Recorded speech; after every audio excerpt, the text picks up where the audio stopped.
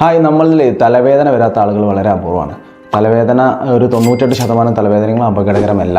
പക്ഷെ ഒരു 2% തലവേദന വന്നാൽ നമ്മളത് ശ്രദ്ധിക്കണം. നമ്മളതിന് വേണ്ട കാര്യങ്ങൾ ചെയ്യണം. അതിനെപ്പറ്റിയാണ് ഞാൻ ഇന്നിവിടെ പറയാൻ പോകുന്നത്.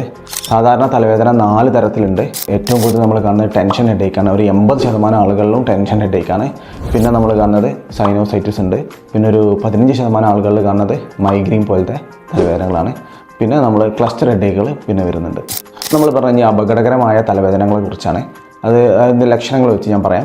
അത് നമ്മൾ തലേൻ്റെ പിന്നിൽ നന്ന ശക്തിയായിട്ട് പെയിൻ വരുന്നുണ്ടെങ്കിൽ നമ്മൾ ആ തലവേദന ശ്രദ്ധിക്കണം. അതുപോലെ തന്നെ ഡേ ബൈ ഡേ പെയിൻ കൂടി വരുന്ന ടൈപ്പ് തലവേദന ഉണ്ട്. അപ്പോൾ ഇന്ന് ഒരു നല്ല പെയിൻ ഉണ്ട്, അതിനെക്കാട്ടും കൂടുതലാണ് നാളെ വരുന്നത്, അതിനെക്കാട്ടും കൂടുതലാണ് മറ്റന്നാൾ വരുന്നത്. അങ്ങനെ കൂടി വരുന്ന തലവേദന ഉണ്ടെങ്കിൽ നമ്മൾ പെട്ടെന്ന് ഡോക്ടറെ കാണിച്ച് അതിന് ഇൻവെസ്റ്റിഗേഷൻ ചെയ്യണം. തലവേദന ഉണ്ടാകാൻ പലർക്കും പല ട്രിഗറുകളാണ് ഉള്ളത്. ചിലർക്ക് ഭക്ഷണം ടൈമിൽ കഴിച്ചില്ലെങ്കിൽ പ്രശ്നമാണ്. അതുപോലെ തന്നെ ചിലർക്ക് നന്നായിട്ട് ഉറങ്ങണം. ചിലർക്ക് എന്തെങ്കിലും സ്മെല്ലുകൾ പ്രശ്നം ഉണ്ടാവും.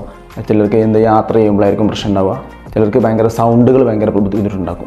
ചിലർക്ക് ഭയങ്കര വെയിലൊക്കെ ഒരുപാട് കൊണ്ടു കഴിഞ്ഞാൽ തലവേദന വരും. അപ്പോൾ നമ്മൾ എന്താണോ നമ്മളെ ആ തലവേദനക്കുള്ള ട്രിഗർ അത് മനസ്സിലാക്കിയിട്ടുള്ള കാര്യങ്ങൾ ചെയ്തിട്ട് അത് അവോയ്ഡ് ചെയ്ത് കഴിഞ്ഞാൽ നമ്മളെ തലവേദന നമുക്ക് ഒരു പരിധി വരെ നമുക്ക് നിയന്ത്രിക്കാൻ കഴിയും. തലവേദന മാറാൻ നമ്മൾ എന്താ ചെയ്യുന്നത് വെച്ചാൽ നമ്മൾ നല്ല മെഡിറ്റേഷൻസ് ചെയ്യണം. അതുപോലെ തന്നെ നന്നായിട്ട് ഉറങ്ങണം. നമ്മൾ നേരത്തെ പറഞ്ഞല്ലോ തലവേദനയ്ക്ക് ഒരുപാട് ട്രിഗറുകൾ പറഞ്ഞല്ലോ, ഒരുപാട് കാരണങ്ങളുണ്ടല്ലോ തലവേദന വരാനുള്ള. അപ്പോൾ അതൊക്കെ ഒഴിവാക്കണം. പിന്നെ നന്ന ശക്തിയായിട്ട് തലവേദന ഉണ്ടെങ്കിൽ നമ്മൾ എന്തായാലും ഡോക്ടറെ കണ്ടിട്ട് മെഡിസിൻ കഴിക്കേണ്ടതാണ്. So thank you all.